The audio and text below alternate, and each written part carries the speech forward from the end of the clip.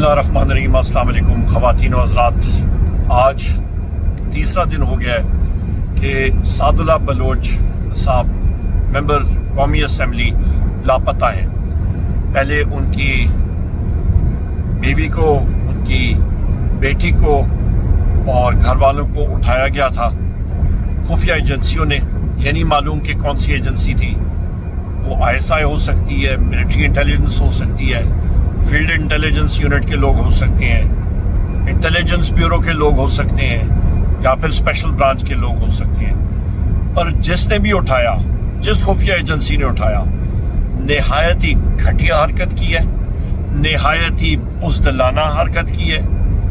और इस वक्त सादुल्लाह बलोच साहब को इसलिए उन्होंने अपनी हिरासत में रखा हुआ है कि वो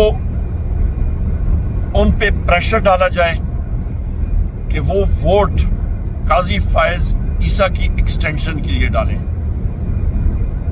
जनाब सादुल्लाह बलोच साहब एक बहादुर शख्स हैं और उन्होंने शुरू से ही कहा है कि मैं किसी सूरत नहीं टूटूंगा।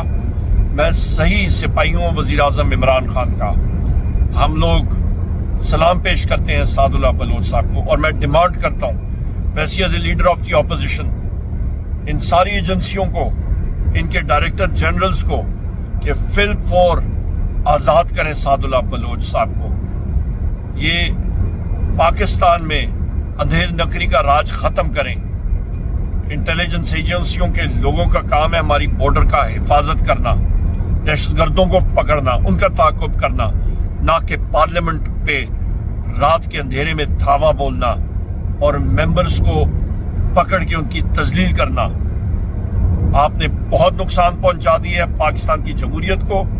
इन इंटेलिजेंस एजेंसियों ने मुल्क की जड़ें और मुल्क की बुनियादें हिला के रख दी हैं। अफसोस, मैं कंडेम करता हूं, मुज़ामत करता हूं ऐसे एक्शंस की। बहुत शुक्रिया। पाकिस्तान जिंदाबाद।